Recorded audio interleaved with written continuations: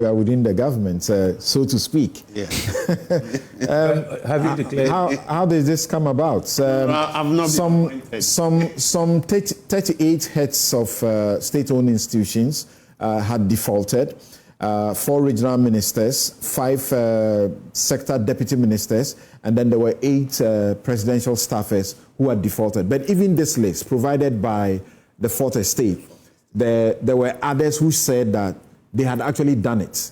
So the Fourth Estate did not get the figures exactly correct. So now he gave them up to the end of April. If they didn't do it, then you lose your job. And we're in May now. Yeah. Samson, let me commend the president. I think for so many years we hadn't seen this, that people were compelled to do it. Even the law gives them 6 months. They may have done it quietly. A president may have told the people to do it quietly. He doesn't have to. But he wanted publicly to carry along the public to see that I mean what I say. I want to walk the talk. And it is my government. The law has given him that duty to appoint people he wants to work with. And he said, any of my political appointees, this is what I want you to do. Even before the law kicks in, this is what I want to do. He who eats my bread, that's my will. So he's been given that duty and he appoints. And he says that if you don't do it, I will disappoint you.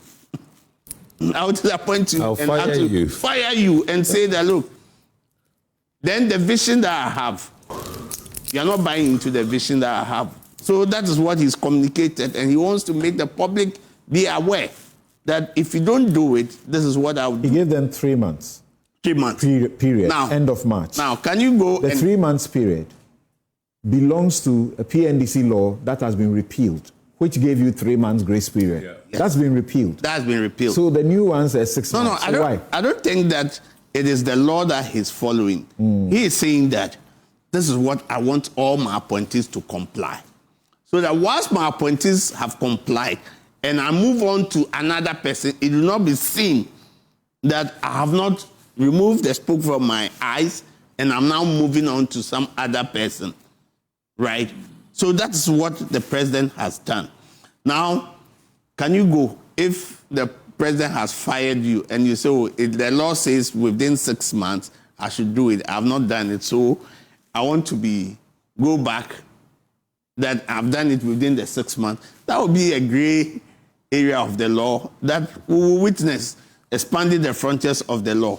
But the president has said, if you want to serve in my government, as a signal, the first signal, and being humane, you are losing some portion of your remuneration. And that remuneration is not even coming to me or going to the state.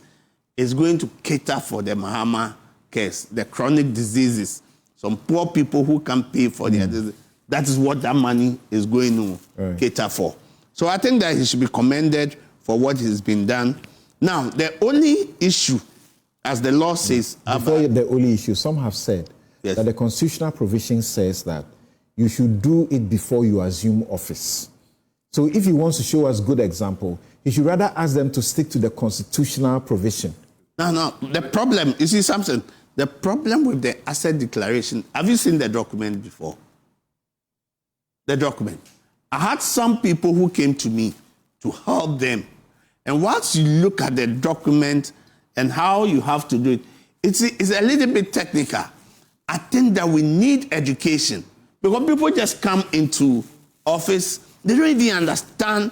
Because for me, as a lawyer, when I saw the document the first time, I told the person, look, let's wait. Let me study it and look at it so that we see how we'll be able to complete the form. So I see some genuine difficulties, challenges with the form itself, the way it is designed. The officers at the Auditor General, they are there. They can show you what to do. Why do you... But it's not everybody... But something, you see, for me, something you haven't done for a period of time. Do you want to put all of them in jail? Because they never did. Are you going to put all of them in jail? That's why I think that institutions or enforcement must be enforced. Yes. But the first stage of getting people to get used to doing this, and all the story about if my family gets to know what I have, all those cultural reasons they use to escape complying with this. He's closed those doors.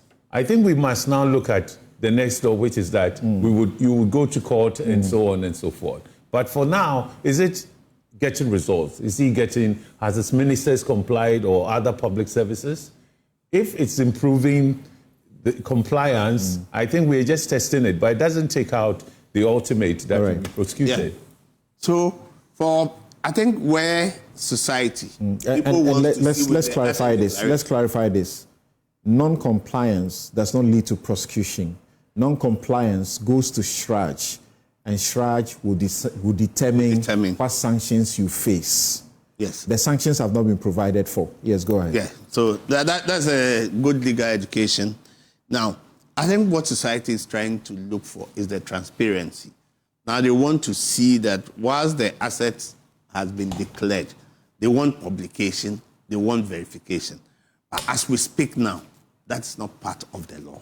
The law only says that declare the assets before and after, right? But that's where the step that I think that they are pushing. Society wants to see that. And so that's what the president should be doing. If he wants to show us that he wants to do more. I think because even PNDC law was compelling publication, and they were publication at the Gazette, National Gazette. So you go there, you see that the PNDC officers, appointees, they were declaring their assets, and it's at the government publisher. You can go and see if Kojoga Adawudu has been appointed, you see their asset they have declared. But we come into a democracy, and here we are. We can't even tell. And the democracy, the reasons were some were cultural. Some were like, look, the history we had, when people got to know the wealth of people, that was when they were being accused and said, these are the rich men, these are the poor men, and the cause of poverty and the rest were the rich. So the rich became target, right? So it was because of our past histories that some of these things that were taken out of the law. Where did we learn that from? In South Africa, when they declare, publish, what happens? In Liberia, when they publish, are they changed? No. So now that is what we are. No. So now that we are looking for that provision to be inserted into the new, I'm sure this government will take the steps, because those bills are already in and it's being discussed. Some are being discussed at cabinet. Okay. And some bills that are being discussed at cabinet, I think when we come to the 12010, I'll let you know those bills that have been discussed. Okay. So it is a good thing. We think that integrity, credibility, and honesty is being brought back into politics. All right. That, look, is an open book. Once you decide to serve publicly, you should know that there will be a day and time for accountability. And it's an open book. Your life becomes an open book. Right. Anybody can read it. Thank you, Dennis. What do you say?